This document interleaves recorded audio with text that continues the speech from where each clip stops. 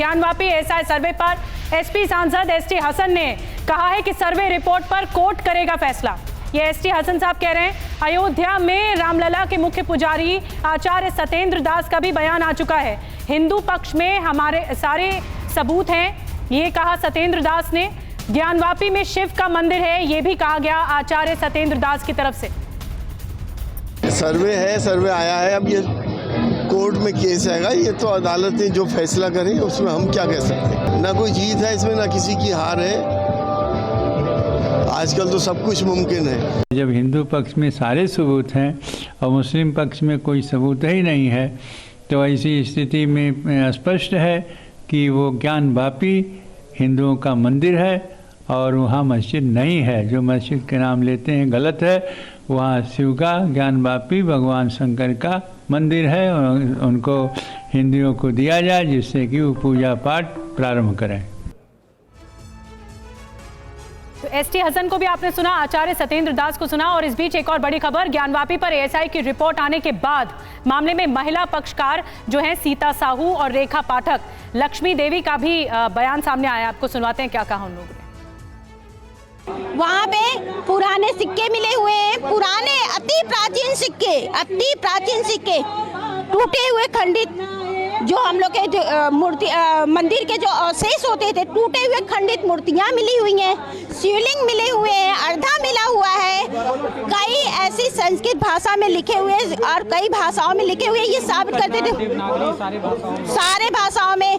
वो समझ लीजिए एक मस्जिद जो करके वो लोग बैठे हैं, एक जो गुम्बद वहाँ पे सिर्फ बना, जो हमारे गुलामी का प्रतीक है, वो गुम्बद सिर्फ ऊपर बना हुआ है, वो गुलामी का प्रतीक है। वो हम लोग साबित करने में आज कहीं ना कहीं थोड़ा जो है सही हो पाए हैं। पश्चिमी दीवार के जो हम लोग ड्योढ़ी कहते हैं, उस ड्योढ़ी पे नंदी भगवान बने थे और वहीं पे उन लोग का 2 कब्र है।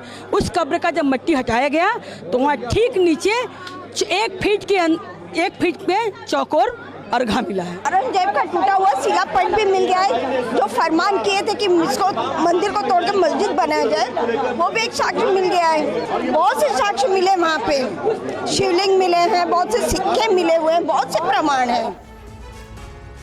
और रंगरेज साहब हमारे साथ मौजूद है। रंगरेज साहब, आप खुले स्तर पर, सार्वजनिक स्तर पर सबूतों को ही नकार रहे हैं।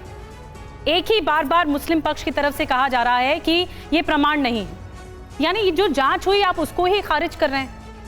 देखिए, खारिज कर नहीं रहे, हम तो ये कह रहे हैं कि जांच हुई है, चलो ठीक है, मानते हैं हम, मगर उसका रिजल्ट क्या आएगा? क्योंकि जब हमारे पास प्लेसेस ऑफ वर्शिप एक्ट है, जब तक वो है, किसी का भी धार्मिक स्वरूप नहीं बदला जा सकता, तो उसका कोई फायदा नहीं है। दूसरी बात ये जो बार बार दीन मोहम्मद के केस से लेकर, जब दीन मोहम्मद का केस डाला गया उसमें भी कहा गया नीचे से लेकर ऊपर तक वक्फ की संपत्ति। मैं प्लेसेस ऑफ वर्शिप एक्ट पे नहीं सवाल पूछ, वहाँ पे हर साल उर्स भी होता है मैम, वो तो नहीं दिखाया उन्होंने सर्वे में। और फजील भाई ने बड़ा अच्छा बताया कि आप जो है 800 पन्ने की रिपोर्ट सिर्फ 2 लाइन पढ़ देंगे और वो चिन्ह दिखा देंगे, जो वो तो पब्लिक में पहले से ही है। वो जो दिखाए थे स्वास्तिक का चिन्ह और वो तो दीन इलाही के तहत था, क्योंकि अकबर बादशाह ने दीन इलाही के तहत वहाँ पर वो बनाया था कि सब लोग सब धर्म के लोग एक जगह बैठकर अपने धर्म को जो है एक ही धर्म को मानेंगे। मुझे आप ये सारी चीजें भी हुई है, मगर ये पता नहीं कहाँ इतिहास में चले जाते हैं। 1600 सदी में ना तो कोई हम में से जिंदा था कि हमें पता है कि वहाँ पर मंदिर तोड़ के मस्जिद बनी थी। लेकिन जो फैक्ट्स है, अगर आज कोई बात होती है तो वो सबको लोगों को पता होगी। रंगरेज साहब, जो हिंदू क्या समझदार नहीं थे? अगर हिंदू ज्यादा समझदार हैं क्या?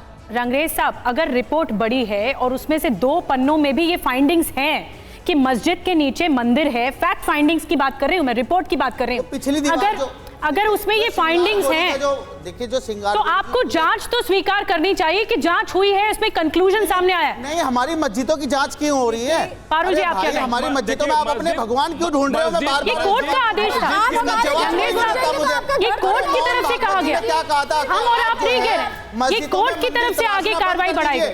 शिवलिंग तलाशना बंद कर दीजिए, मगर ये लोग पब्लिक सिटी के लिए, अपनी चीफ पब्लिक सिटी के लिए देश के ताना बाना, देश के हिंदू मुसलमान और इन लोगों के बीच में खाई डालने का काम करते हैं और ये बीजेपी की टूल किट के लिए रूप में काम कर रहे हैं। इसलिए जनता अगर एक पल के लिए रंगरेज साहब आप पॉलिटिक्स को दूर कर दें, भगवान शिव का रंगरेज साहब सुनिए ना, होनी चाहिए। सुनिए, अगर एक पल के लिए आप पॉलिटिक्स को दूर हटाकर देखें तो ये मामला सब जुडिस था और इस मामले में बाकायदा कोर्ट की तरफ से आदेश हुआ कि ऐसा सर्वे कराया जाएगा। सर्वे हुआ, उसकी कंक्लूजन रिपोर्ट है। पारुल जी आप बताइए। अब मतलब क्या हुआ, सबको बोलने दें। एक बस 10 सेकंड में एक दीदी जी वहां पर भी ये गए थे कोर्ट में सर्वे के लिए मथुरा, मगर हाई कोर्ट ने उसको मना कर दिया, तो ये सुप्रीम कोर्ट भी मना कर देगा। फिर वो आपका अधिकार क्षेत्र है, आप सुप्रीम कोर्ट जा सकते हैं। मगर आप बार-बार ये प्लेसिस ऑफ वर्शिप एक्ट बना किस लिए था कि इसके बाद कोई विवाद नहीं होगा बाबरी मस्जिद के बाद, मगर आप बार-बार विवाद खड़ा कर फैलाते हैं। ये यही कर करके ये भ्रम फैलाते हैं। ये ऐसा कुछ भी नहीं। पब्लिसिटी के लिए देखिए, सुनिए, देखिए इन बातों से पब्लिसिटी नहीं होती समाज में। देखिए इतिहास के पन्ने में आपका नाम लिखा जाएगा, देश के ताना बाना में आपका रोल था। यही इन्होंने हमारे ना मंदिरों पे किया, कब्जा कर लिया, अभी डिबेट पे भी कब्जा करना चाह रहे हैं। अब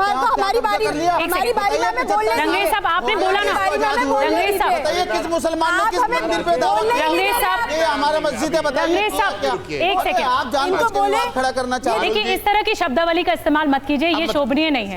आपने अपनी बात रखी रंगरेज साहब, आपकी जो आपत्ति थी आपने वो भी रखी। अब ठीक है, ठीक एक एक करके बोले। पारुल जी आप कंप्लीट करिए 10 सेकंड। 34 जो है ना शिलालेख मिले हैं, उसमें से 3 शिलालेख में ना महामुक्त मंडल का बहुत ज्यादा वर्णन है, उसमें लिखा है। और अगर आप देखें तो ज्ञानवापी को पहले कोर्ट में बताइए ना, ये सारी चीजें कोर्ट में आई। तो आप इस कोर्ट में जाइए, आप यहाँ क्यों बैठे हैं? आप जाइए कोर्ट को, आप क्यों रिप्रेजेंट कर रहे हैं? आप ही कर रहे हैं ना। देखिए अब फिर ये बीच में बोल रहे हैं ना, अब ये फिर बीच में बोल रहे हैं। निधि जी अब अभी आप इन्हें नहीं रोक रही है कि ये फिर बीच में बोल रहे हैं। करता है आपका वकील बताएगा आप कहाँ हैं। तो आप क्या कर रहे हैं?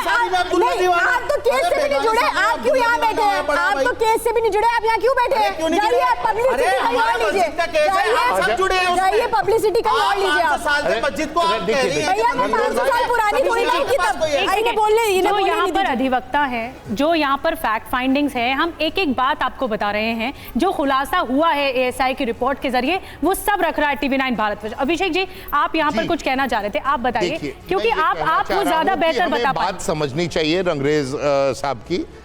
रंगरेज साहब बहुत वेहमेंटली डिनाई नहीं कर रहे, रिपोर्ट बोल रहे हैं। इनका कहना यह है रिपोर्ट तो आ गई, फैक्ट फाइंडिंग हो गई, बट इसके बाद आगे क्या?